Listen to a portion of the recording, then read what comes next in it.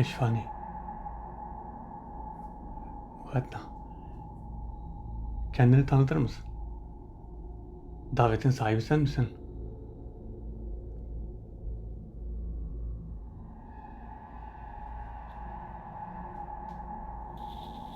Kendini tanıt.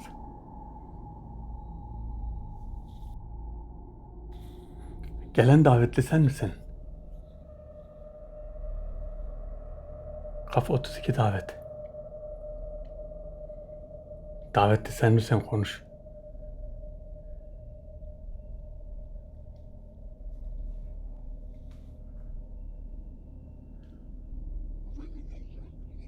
Bu senin. Kim olduğun belli. Benim burada olmam.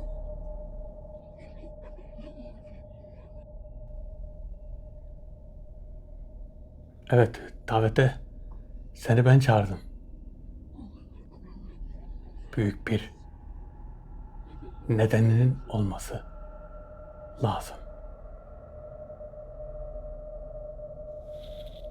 Evet, büyük bir nedenim var. Seni buraya rehberliğe çağırdım. Ama gelen davetlinin sen olup olmadığından emin değilim.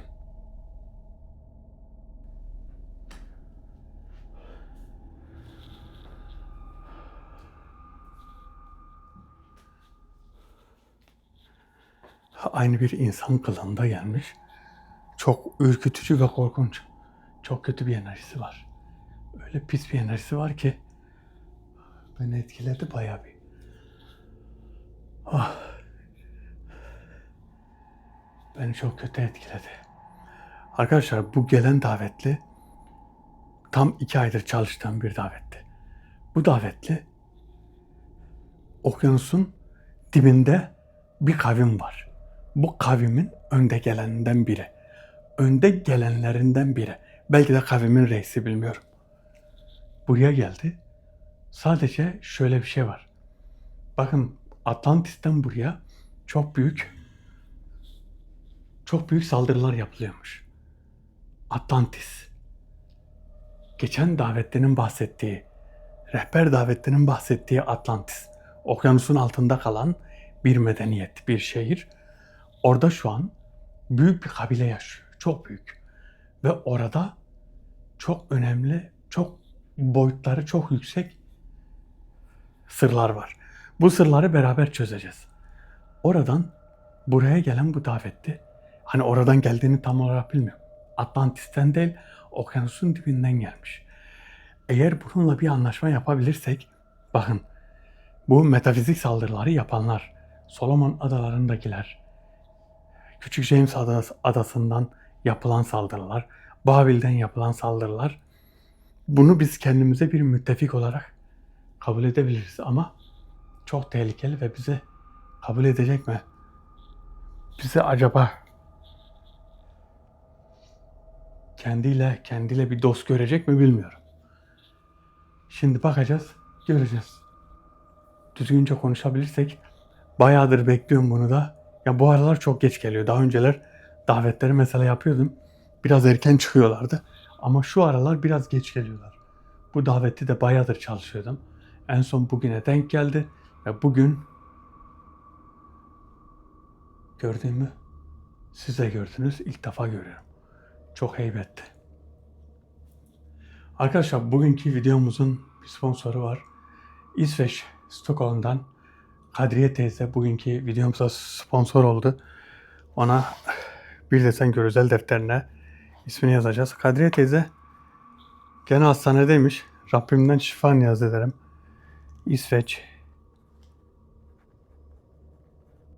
İsveç'ten Stockholm.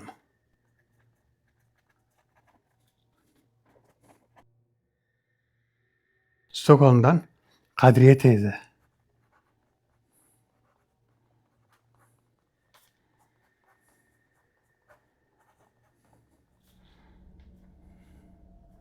Sevgilerimle.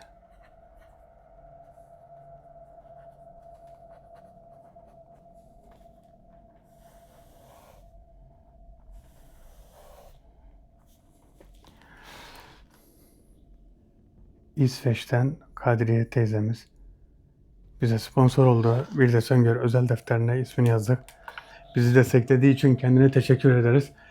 Hastanedeymiş, tedavi görüyormuş. Rabbim Zülcelal ne sıkıntısı varsa bir an önce Şafi ismiyle şifa versin ve bir an önce hastaneden çıkıp evine gitmeyi nasip eylesin inşallah.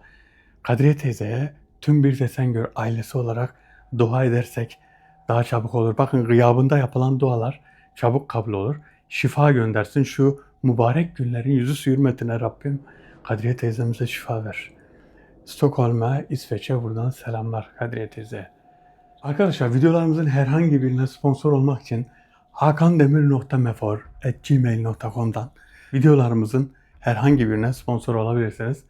Birkaç arkadaşımız Hakan'a mesaj gönderdikten sonra Hakan'la aralarında bir güvensizlik oluşmuş herhalde. Arkadaşlar Hakan'a güvenebilirsiniz. Hakan benim çok güvendiğim, çok da sevdiğim bir kardeşimdir. Bizim kanalın bütün işlemleriyle kendi ilgileniyor. Buradan Hakan'a da selamlar olsun. Kafanızda bir soru işareti kalmasın. Davetlimiz bakalım.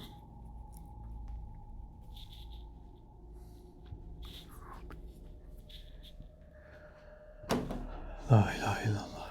Kapının koluna çarptım dedim. Arkamda davetli mi var acaba? Bazen oluyor yeni gelen davetler beni heyecanlandırıyor. Şöyle.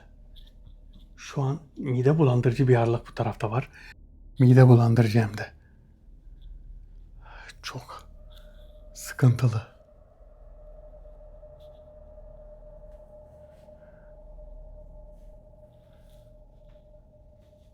Her an çıkar ve her an ne olacağı belli değil. La ilahe illallah. Ah.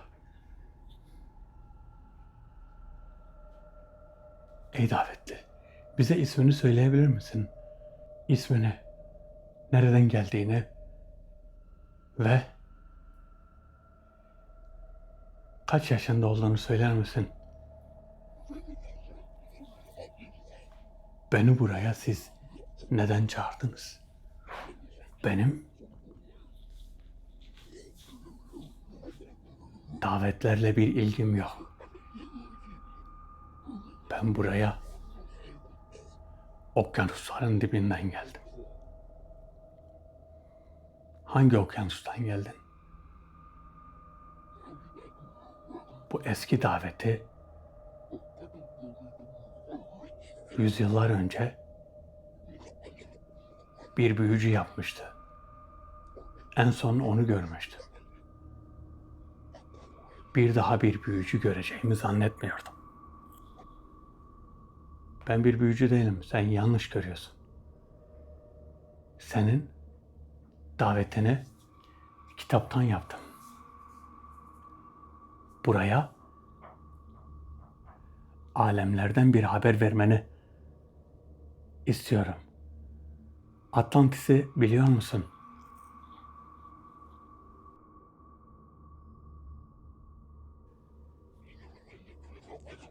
Orada hiçbir zaman barış hüküm sürmüyor. Gelen yabancılar Atlantis'e giremediler. Oranın kavmi azgındır ve kötülük yapmayı severler. Bu kavim büyücülerin en sevdiği kavimdir. Peki ben bir soru sorabilir miyim? Senin üzerinde olan 3 yıldız neyin nesidir? İlk defa görüyorum. Üzerimde mi? Bu 3 yıldız benim daha önce görmediğim bir şey. Eğer bana bir ceza vereceksen bunu şimdiden bilmek istiyorum.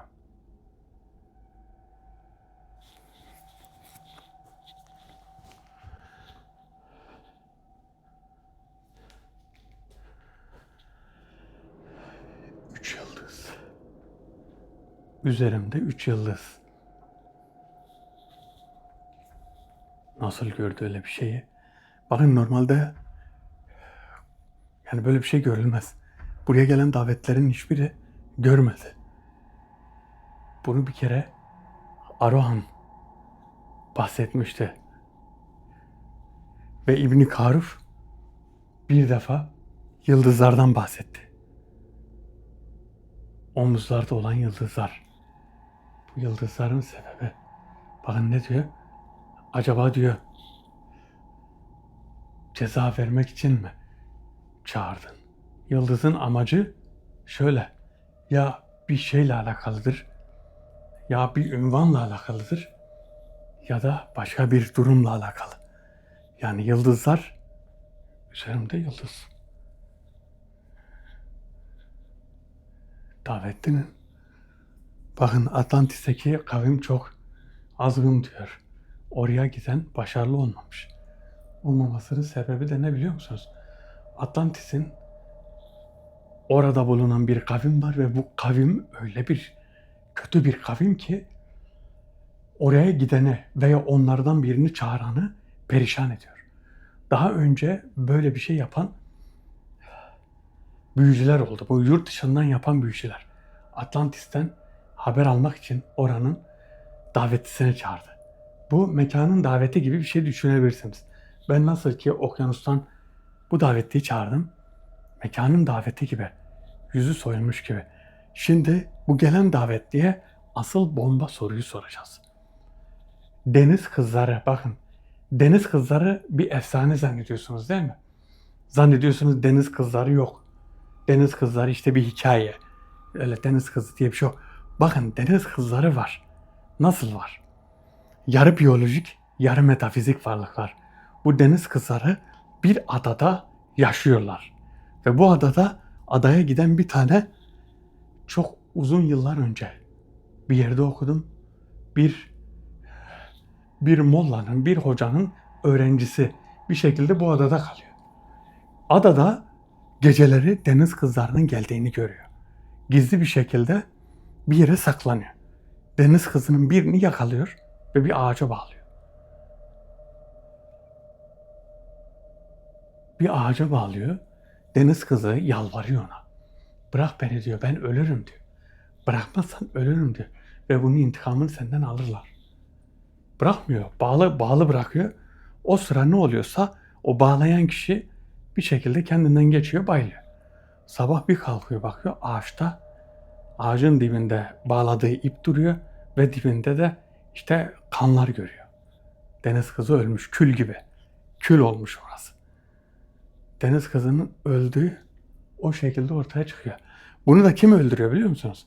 Onu oraya bağladığı için deniz kızı evine gidemiyor. Ve deniz kızının artık ya kocası geliyor oraya. Oraya gelip onu orada öldürüyor. Gelen davetliye soracağız. Bakalım Atlantis'in davetini nasıl yapacağız? Onu öğreneceğiz. Şu an Atlantis'e gidebilirim. Ama böyle benim istediğim nokta atışı bir yer olacak. Nokta atışı bir yer olacak. Oraya gideceğiz. Ve orada insanların, şimdiye kadar gelen insanların, araştırma yapanların ne için yaptığını ve o Atlantis gerçekten var mı? Öyle bir şehir var çünkü denizin ve okyanusun altında kalan bir yer var. Antik şehirlerden bir tanesi. O şehirde neler var orası bir şekilde araştırmaları durdurulan bir yer. Araştırmaları bir şekilde durduruyorlar. Neden durduruyorlar? Belki de Atlantis'in dibinde büyük bir hazine gördüler. Ve bu hazineyi çıkarmak için şu an zamanı değildir. Ve zamanı olmadığı için orayı durdurdular. Ne zaman? Kendilerini işte ne zaman orada hazır hissederlerse araştırmaya devam edecekler. Biliyorum şimdi Atlantis bizim bir işimize yaramaz diyeceksiniz. Belki de diyeceksiniz ki biz Atlantis'e ne yapalım? Atlantis bizim neyimize? Şimdi Atlantis neyimize de bu bir araştırmadır ve benim kanalım bir nevi metafizik alemi, metafizik istihbaratı araştırma kalemidir. Ya araştırma kanalıdır. Ben metafizik alemi, metafizik istihbaratı araştırıyorum. Burada ne varsa, nerede ne varsa oranın davetini yapıyorum. Sebebi ise benim bir şekilde faydalı bir şeyleri bulmam. Bu gelen davette bakın altından tutun, hazinelerden her şeyi sorabilirim, her şeyi öğrenebilirim. Benim öğrenmek istediğim genelde çok sırlı bilgiler oluyor. Bu sırlı bilgiler sadece benim istediklerim, benim sormak istediklerim. Şifreli bir şekilde soruyorum ve siz bunu belki normal bir şekilde bir şeyleri öğrenmemize. Mesela ben deniz kızlarını soracağım ama deniz kızlarının altta yatan sebebi, altta yatan yani deniz kızlarını neden soruyorum?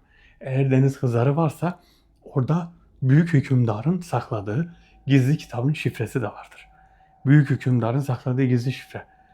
Daha önceki şimdiye kadar hiç bulunmayan, hiçbir şekilde ortada bulunmayan bir kitap. Çok tehlikeli bir kitap. Bu tehlikeli kitabın şifreleri bu deniz kızlarının olduğu yerde. Eğer öyle bir şey bulursak bir de boyut daveti yaparsam, oraya gidersem, kitabın şifrelerini alırsam o zaman her şey çok farklı olacak. Nerede bu davetli?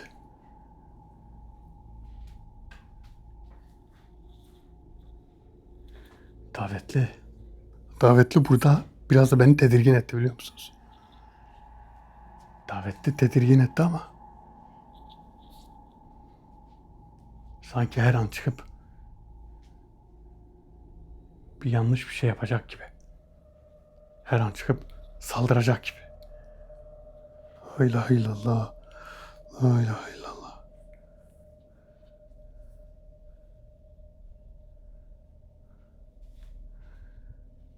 Ey davetli.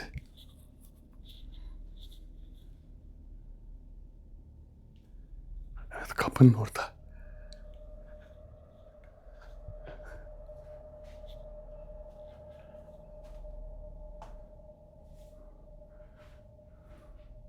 Çok kötü bir yer.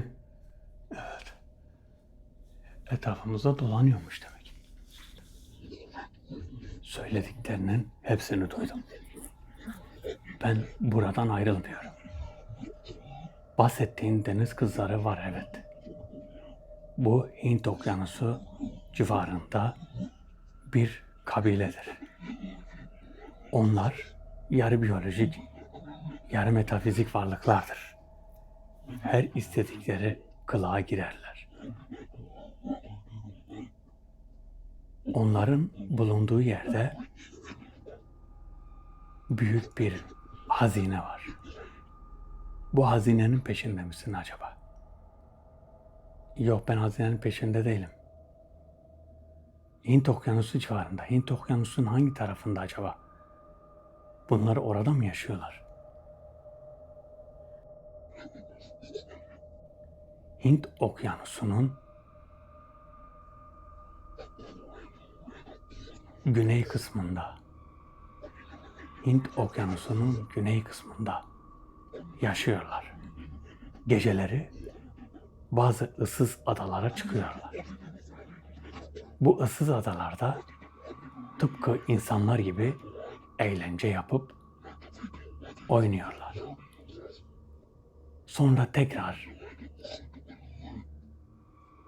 gün ağarmadan denize girip kayboluyorlar. Biz bunları gördüğümüz zaman nasıllar? Şekilleri bildiğiniz insan gibi. İnsanlar ne şekildeyse onlar da o şekilde. Peki yarı balık, yarı insanlar mı? Evet. Ama bunun bir faydası var. Nasıl bir faydası? Onları gören bizi gören gibi değildir. Eğer onlardan birini görürsen buna dayanamazsın. Neden? Seni görüyorum, dayanıyorum. Onlar daha başkadır. Buraya daha önce gelen bir dostum oldu.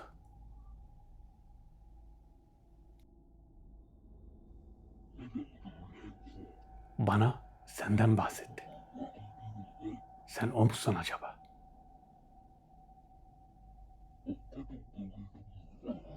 Semerkantlı hoca mısın? Hayır, ben Semerkantlı hoca değilim. Sana kimden bahsettiyse ben o değilim.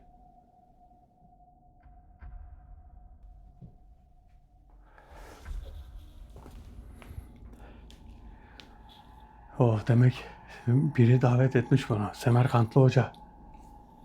Ben etmediğime göre Semerkantlı hoca kim ya? Nerede? Özbekistan'da mı? Özbekistan'da bir hoca. Bizim bir tane hoca var biliyorsunuz Özbekistan'da. Eğer nasip olursa yanına gideceğim. Kısmet olursa giderim. Gittiğim zaman da tabii videosunu da çekeceğim o hocanın.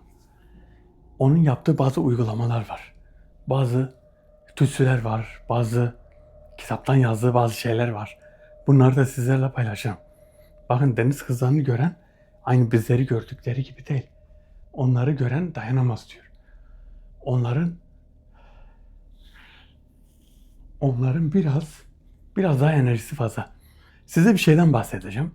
Şimdi az önce anlattığım bir olay vardı ya. Onu aslında anlatmak istemiyordum. Bir yerde de okumuştum. Şöyle diyordu. Adada duran adam deniz kızlarının gece adaya çıktığını görür. Ve bu kişi deniz kızlarından birini tutar. Yakalar yani. Yakalar ve o deniz kızına der ki, tabii Müslüman biriymiş bu. Müslüman biriymiş, o yüzden der ki ben seni serbest bırakmayacağım. Sen çok güzelsin demiş. Yani öyle der, sen çok güzelsin. Sen şimdiye kadar gördüğüm bütün kızlardan, bütün bayanlardan daha güzelsin der. Ve ona der ki benimle evlen. Ben seninle evlenmek istiyorum. O şekilde der. Deniz kızı da der ki ona ben seninle evlenemem. Biz aynı türden değiliz. Sen insansın. Ben insan değilim. Sağlam bir kaynaktı. Hatırladığım kadarıyla sağlam bir kaynak. Bu metafizik varlıkların araştırma kitaplarından. Yanlış değilsem İbn Şibli'nin kitabında da mı bahsediyordu? Onun kitabını öyle bir kaynaktan okumuştum. Bırakmıyordu. Deniz kızı da kabul etmediği için onu ağaca bağlamıştı. Ve ağaçta sabah karşı ağaçta onun kül olduğunu gördü. Artık nasıl olduysa deniz kızının belki de deniz kızının bir akrabası geldi ya da birileri geldi. Onu oradan yok etti. Nasıl yaptılarsa. Neyse. Bahsettiği yer önemli bir yer gerçekten. Hint Okyanusu'nun güneyinde. Hint Okyanusu'nun güneyinde olan bu yer, bakın onların yerini tam olarak öğrenirsek, eğer davete de gidersem, 2 yer var, 2 yer boyut daveti. Bir yer Atlantis, ikinci yer bu Hint Okyanusu'nun güneyi. Ben zaten bu Hint Okyanusu'ndan bayağı bir şüphelenmeye başladım. Hindistan'a bağlı olan Sentinel Adası da o bölgede bir yerde. Yani oralarda bu tür varlıkların işleri çok. Niye biliyor musunuz?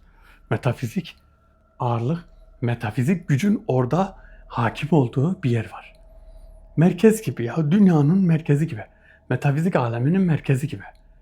Orada nasıl yapılırsa, bakın Hindistan'da mesela büyü işleri çok var. Büyüyle uğraşan, büyü yapanlar çok var. Bu hani oyuncak bebek yapıyorlar. Bu bebeği işte birinin ismini yazdırıyorlar. Büyüyle o kişinin kime yapıyorlarsa ondan bir parça bir şey getiriyorlar. Büyü yapıyorlar ve bu büyüyü kimisi bebeğe iğneler batırıyor. İğneler batırınca kime yapıyorlarsa o büyüye maruz kalan kişi de hasta oluyor. Bazıları da bebeği ne yapıyor? Bir yere saplıyorlar bir çubuk. Bebeği de o çubuğa bağlıyorlar ve çubuğun altına ateşe veriyorlar. Ateşe verdikleri zaman bebek yandıkça kime büyü yapmışlarsa o da çok kötü bir şekilde acı çekiyor. Bunlar öyle ve onların yaptığı büyüler bu Hindistan bölgesinde, Hindistan'ın güneyinde, Sentinel Adası ve o bölgelerde yapılan büyüler biraz daha sert olur. Biraz daha tesiri fazla olur. Çünkü orada şeytani varlıklar orada biraz daha fazladır ve insanlara da zarar vermeyi sevdikleri için bir nevi biraz daha orada büyüyü kolaylaştırırlar.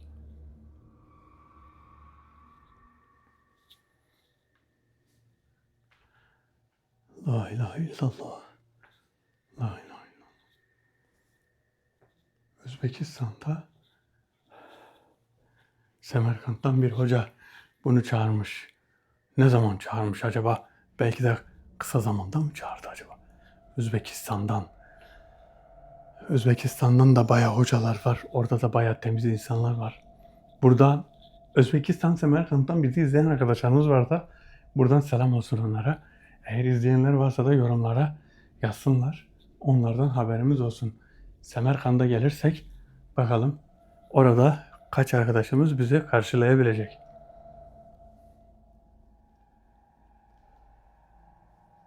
Ey davetli. Burada hiçbir yere gitmiyor. Burada diğer davetliler kaybolduğunda sağa sola gidiyor. Bundan önceki davetli geldiği zaman ne yapıyordu? Diyordu ben eğitim vermeye gidiyorum. Bir yerde eğitim veriyor sonra tak diye geliyor. Bir yerde eğitim veriyor sonra bir daha geliyor. Eğitim vermeye gidiyordu.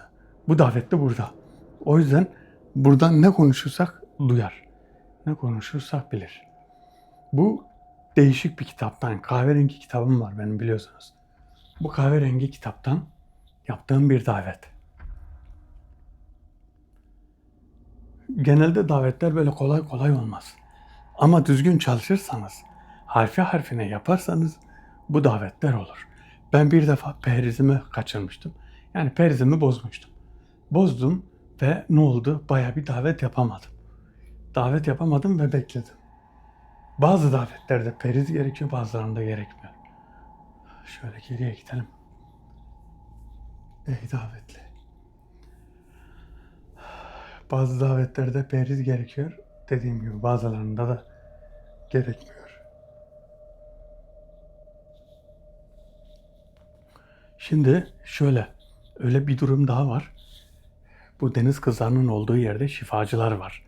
Şifacılar çok önemli hastalıkların ilaçlarını bilen kişiler. Deva olacak şeylerin ilaçlarını bitkisel olarak bilen kişiler. Onlara bir ulaşabilirsek çok iyi olacak da bakalım. Ey davetli. Sen burada mıydın? Her zamanki gibi gitmedin değil mi? Evet, ben buradaydım. Deniz kızlarını ve Atlantis'i şifacılar için mi arıyorsun? Hazinenin peşinde olmadığına göre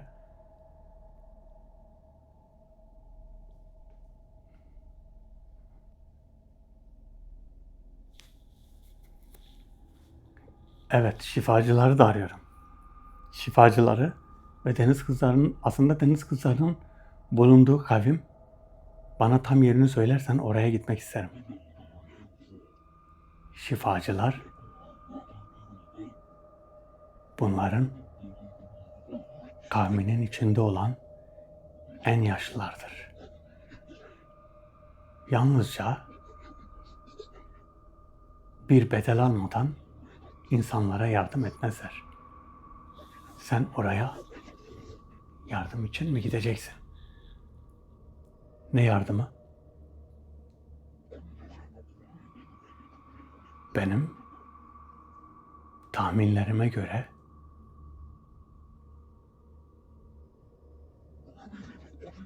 117 şifacı var. Deniz kızlarının bulunduğu bölge Cetmuna kabilesidir. Bu Cetmuna kabilesi insanları çok kolay kandırabilir. Birçok kişiyi ve birçok denizciyi kandırdığı gibi yüzyıllar önce bu kişiler denize atlayıp boğuldular. Gemiciler, yolcular ve tayfalar onları çok çabuk kandırıp yok ettiler. Bizim niyetimiz öyle bir şey değil. Ben zaten oraya gemiyle gitmeyeceğim. Ben boyut ile gideceğim. Atlantis'e ve oraya. Sen ne zamandır oralardasın? Sen kaç yaşındasın? Tecrübeli birine benziyorsun. Yaşlı bir şeysin. Ben 3800 yaşındayım. Oraları uzun yıllardır bilirim. Suyun dibinden istediğimiz yere geçebiliriz. Atlantis dediğin bölge tehlikelidir. Buraya giderken 2 defa düşün. Gitmeni tavsiye etmem. Seni yardımcılarından sordum. Kötü biri olmadığını biliyorum. Bana her şeyi anlattılar. Ben de bunun için sana tavsiye veriyorum. Deniz kızlarının bulunduğu yere gidebilirsin. Şifacılarla konuşabilirsin. Ama Atlantis'e gitme.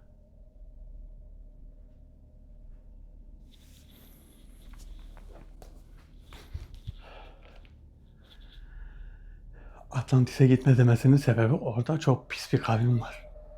Bu kavim hem tehlikeli hem de zorba bir kavim yani. Daha doğrusu bu kavimin bulaştığı kişiler kurtulamıyor. Çok büyük sıkıntılar yaşıyorlar. Atlantis'e gitme ama deniz kızlarının bulunduğu yere gidebilirsin diyor. Şifacılar var. Şifacılar da bayağı varmış. Bu şifacıları bulduğumuz zaman bakın bazı şeylerden bahsediyorlar. Şimdi şifacı bazı arkadaşlarımız bize soruyordu. Şifacıyı çağır, hastalıkların şeylerini öğren. Eğer ki bize gelseler deseler ki şu hastalığın ilacı budur, bu hastalığın ilacı budur, şu ottur, bunu kaynatıyorsun. Bakın her türlü insanın mesela 10 tane kişi hasta olsun. 10 kişi grip olsun. Bu 10 kişinin gribi farklıdır. 10 kişiye grip ilacını ver, 10 kişiye aynı etkiyi yapmaz. Mesela bitkisel olarak sizi iyileştiren bir ilaç aynı sıkıntıyı yaşayan başka birini öldürebilir. Bu yüzden böyle bir sorumluluk almamak için hiçbir şekilde söyletmiyorum. Ama oraya gidip net bir şeyler öğrenip bakın Çukurova'ya birkaç tane şey yollamıştım. Şifacıların söylediği bitkisel tedavilerin ilaçlarını Çukurova'daki hocalara yolladım. Kendi tanıdığım arkadaşlarıma yolladım. Bunlar araştırmasını yaptılar. Birçoğu doğru. Mesela hastalıkların ilaçlarına şu bitkiler dediler. Bu bitkileri karıştıracaksın, şunu yapacaksın. Biz de onları karıştırıp orada deneyler yaptırdık. Bu deneyler ne oldu? Birçoğu doğru oldu ama doz olarak ondan sonra bunun asitlik seviyesi, bunun pH seviyesi bunların ayarlanması gerekiyor. Bunların ayarlanması gerekiyor ve çok önemli olan şeyler var. Bunları daha açıklamadık da. Yani bir türlü yürürlüğe geçirebilsek yürürlüğe geçmiyor. Çünkü araştırma gerekiyor. Büyük bir araştırma gerekiyor. Öyle kolay değil. Mesela geldi burada dedi ki işte egzamanın şöyle bir ilacı var. Onu deneyebilirsin. Egzamayı sürersen bir şey olmaz. Egzamayı dene. Egzamayı geçirsin. Böyle bir şey. Mesela böyle şeyleri bulabiliriz. Egzamaydı, ondan sonra sedefte, farklı bir şeylerde. Rabbim kimseye göstermesin böyle hastalıkları. Kimin de varsa egzaması, sedefi Rabbim inşallah tez zamanda bir şifa versin. Şafi ismiyle şifa versin. Benim önemli, bakın boyut kapıları gibi önemli olan araştırmalarıma ışık tutacak bu deniz kızlarının olduğu yerini bulursak. Ben hep araştırıyordum hangi adada ve okyanusun neresinde bunlar. Aynı şey gibi okyanusta hazine arar gibisiniz. Hazine arıyorsunuz ve bir şekilde onları bulmayı ümit ediyorsunuz ama nerede olduğunu bilmiyorsunuz. Bunu ben mesela kendi yardımcılarıma da sordum daha önce. Deniz kızlarının olduğu yerleri biliyor musunuz? Bunlar yardımcılarım işte bir kısmı bunların gezici olduğunu söyledi. Bir kısmı da bunların kavminin yerlerinin söylenmesinin yasak olduğunu söyledi. Mesela her davette her şeyi söyleyemiyor. Orada bulunan bir yetkili çağırsan o rahatlıkla söyler. Ama benim yardımcım burada söylerse, bir yeri işte ortaya çıkarsa, ifşa ederse o sıkıntı görür. Çünkü şöyle, metafizik alemde biz ne biliyoruz? Benim yardımcımın başına şu an ne gelecek? Bilmiyorum ki. Sonradan haberini alırım. Sonradan haberini alırım ve bir bakarım yardımcım bir şekilde zarar görmüş. Bunu ister miyiz? İstemeyiz. Yani bazı şeyler bu kadar kolay değil. Ama insanlar hakkında bazı şeyleri öğrenebiliyoruz. Mesela bazı şeyler dediğim de şu: insanların hayatları içerisindeki etkilenecek şeyleri söylemiyorlar. Ve insanlar hakkında çok fazla bilgi de vermiyorlar. Mesela bir insan hakkında bir şey verdiği zaman, bir bilgi verdiği zaman bana da o kişinin ismini sordukları zaman ben o ismi söyleyemiyorum. Söylemiyorum daha doğrusu. Niye? Onlar için. Yani her seferinde bir şeylerin gizli kalması gerekiyor. Tabii metafizik alemde, metafizik anlamda şu an birkaç yere operasyon yapıyorlar. Birkaç yere saldırı operasyonu yapılıyor. Bunları engellemek için şöyle söyleyeyim size. Bir yerde bir hata görürsünüz, ya hatayı düzeltmeye çalışırsınız ya da bir yerde bir hata yapılır, o hatayı engellemeye çalışırsınız. Ben de hep onu engellemeye çalışıyorum her zaman. Onlara zarar vermeyi de ilk yapacağım şey onlara zarar verme değil aslında. Zarar vermeyi de göz önünde bulundurarak bir şekilde onları engellemeye çalışıyorum. La ilahe illa ente subhaneke inni kuntu minez zalimin. La ilahe illa ente subhaneke. La ilahe illa ente subhaneke inni kuntu minez. Burada bir şey var. Bana ayağım az önce bir şeye takıldı. Tam şurada. Şurada bir şeye takıldı. Size söyleyeyim. Sanki böyle şeydi. Hani bir davette sanki oturur ya. Ya da davette durur. Çok tuhaf oldu. İlk defa oluyor bu.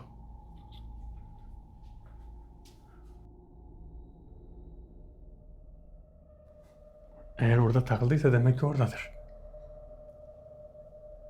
Şurada. Davetli kesin oradadır.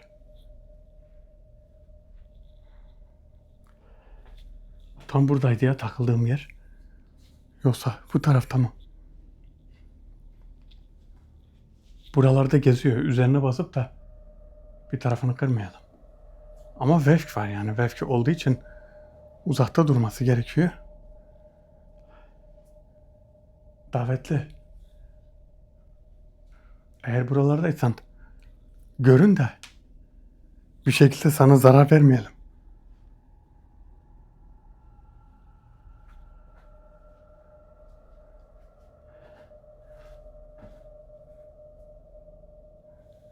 Tedirgin etti biraz. Hey davet.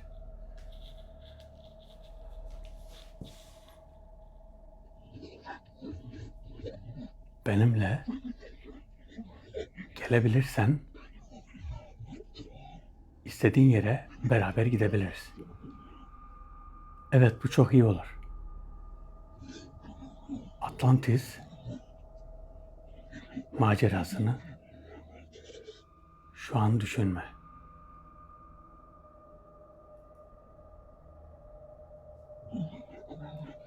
Şifacıların bulunduğu yer güneyde. Eğer yerini bilmek istersen oraya beraber gideriz. Benim istihbarat yönünden çalışan yardımcılarım var. Bunlar sana rehberlik edebilir. Bundan birkaç yıl önce bahsettiğim hoca rehberlik istemişti. Ve buna izin vermedik. Ama şu an ne yapacağıma karar verdim. Bizim hizmetlerimiz olabilir.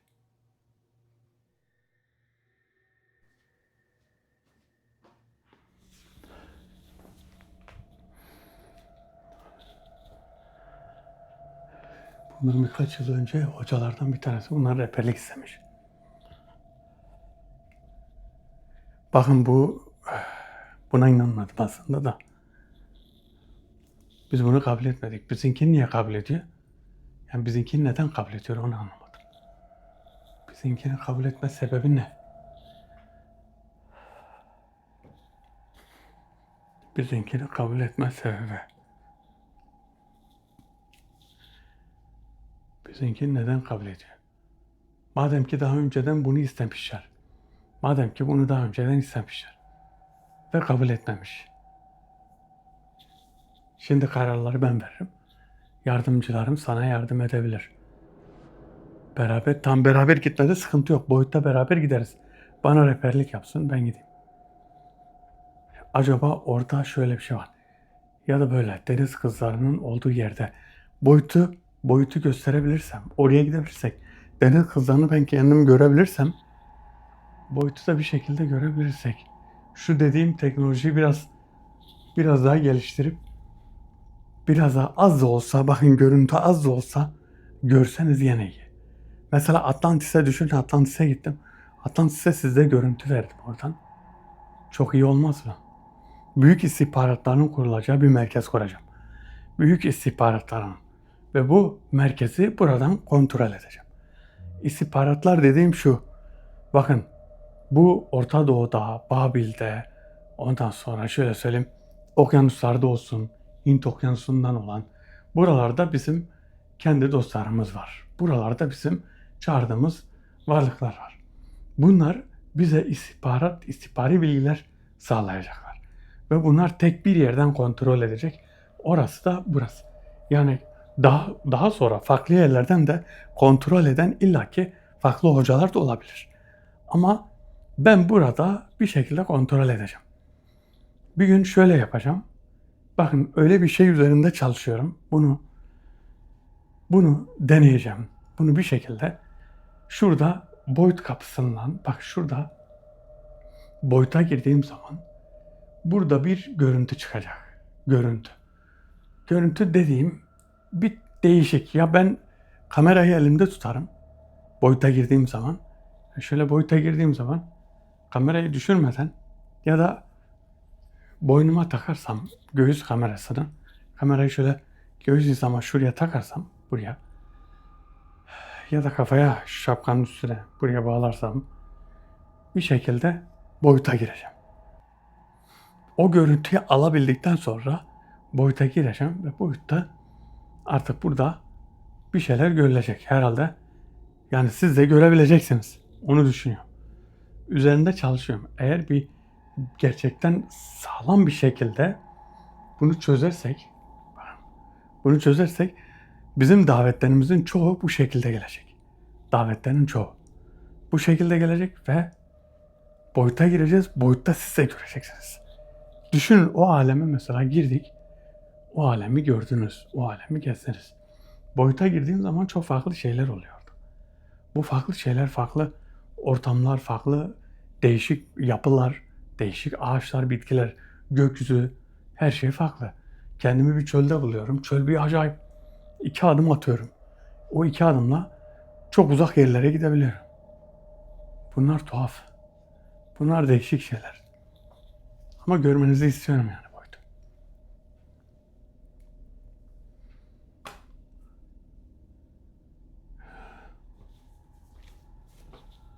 Davetli. Benim bakın düğümlü kitabın davetlileri var. Bunlar ben Ramazan'dan sonra yasaklamıştım. Ramazan'dan sonra düğümlü kitap ve kapsız kitabı başlayacağız. Siz bu videoyu izlediğiniz gün Arefe günü olacak. Arefe günü olduğu için Ramazan'da bitmiş olacak. Ramazan'dan sonra Allah nasip ederse kapsız kitabın davetlerine devam edeceğiz. Kapsız kitap ve düğümlü kitap. Bunlar tehlikeli davetler olduğu için Ramazan'da yapmadım. Çünkü Ramazan'da yapılan davetlerin tehlikeliler mesela olmuyor. Sıkıntılı oluyor. Bu Ramazan içinde de öyle şeyler zaten çağırmak istemedim. Bakalım durum ne olacak. Arefe günü yayınlanacak. Bu video şu an Arefe günü yayınlanacak. Şimdiden tüm İslam aleminin Bayramın mübarek olsun. Hayırlı bayramlar dilerim cümlemize. Ey davetli. La ilahe illallah. Muhammeden Resulullah. La ilahe illallah.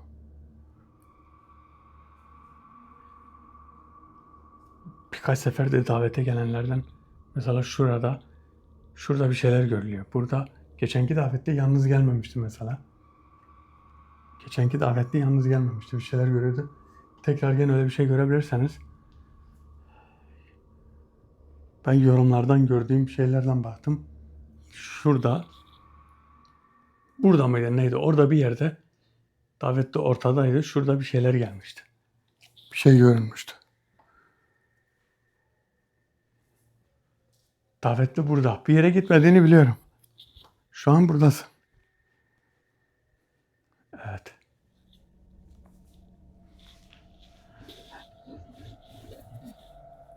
Sen Mezra'nın hükümdarı İbn Karuf'un dostu musun? Evet. Bunu yeni öğrendim. İbn Karuf bizim en çok önem verdiğimiz şahsiyettir. Onun her istediğini yaparız. Sadece ben değil.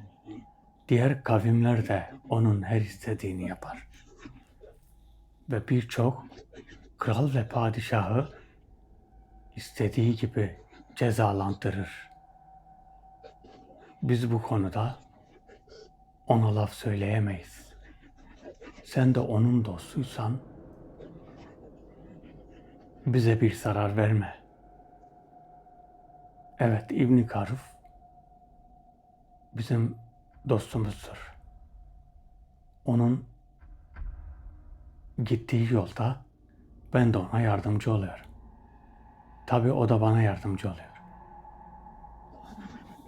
Şu an nereyi istersen orayı sana gösteririm. Gitmek istediğin Atlantis'e de sana rehberlik ederim. Atlantis'in dibinde bir saray var. Bu sarayın kapısı bir dünyaya açılıyor. Denizin altında büyük bir yaşam alanı var. Orada tıpkı deniz üzerindeki gibi insanlar nefes alıyor. Oranın da kendisine has bir yaşamı var. Burada sırlı, gizli hazineler var. Ve bu hazineleri en kısa zamanda çıkarmayı düşünüyorlar. Eğer istersen Atlantis'e rehberlik üzerine ben seninle gelebilirim. Tamam, Atlantis'e geleceğim zaman sana haber vereceğim. Sen önce deniz kızlarının bulunduğu yere bana söyle. Ondan sonra seninle Atlantis'e gidelim.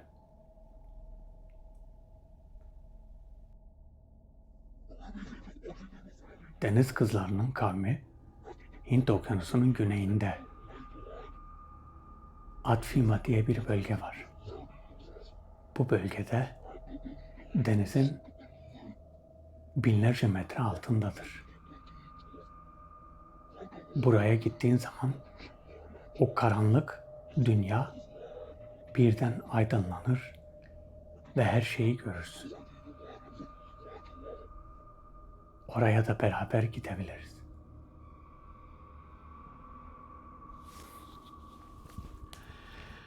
Evet, sonunda yerini söyledi.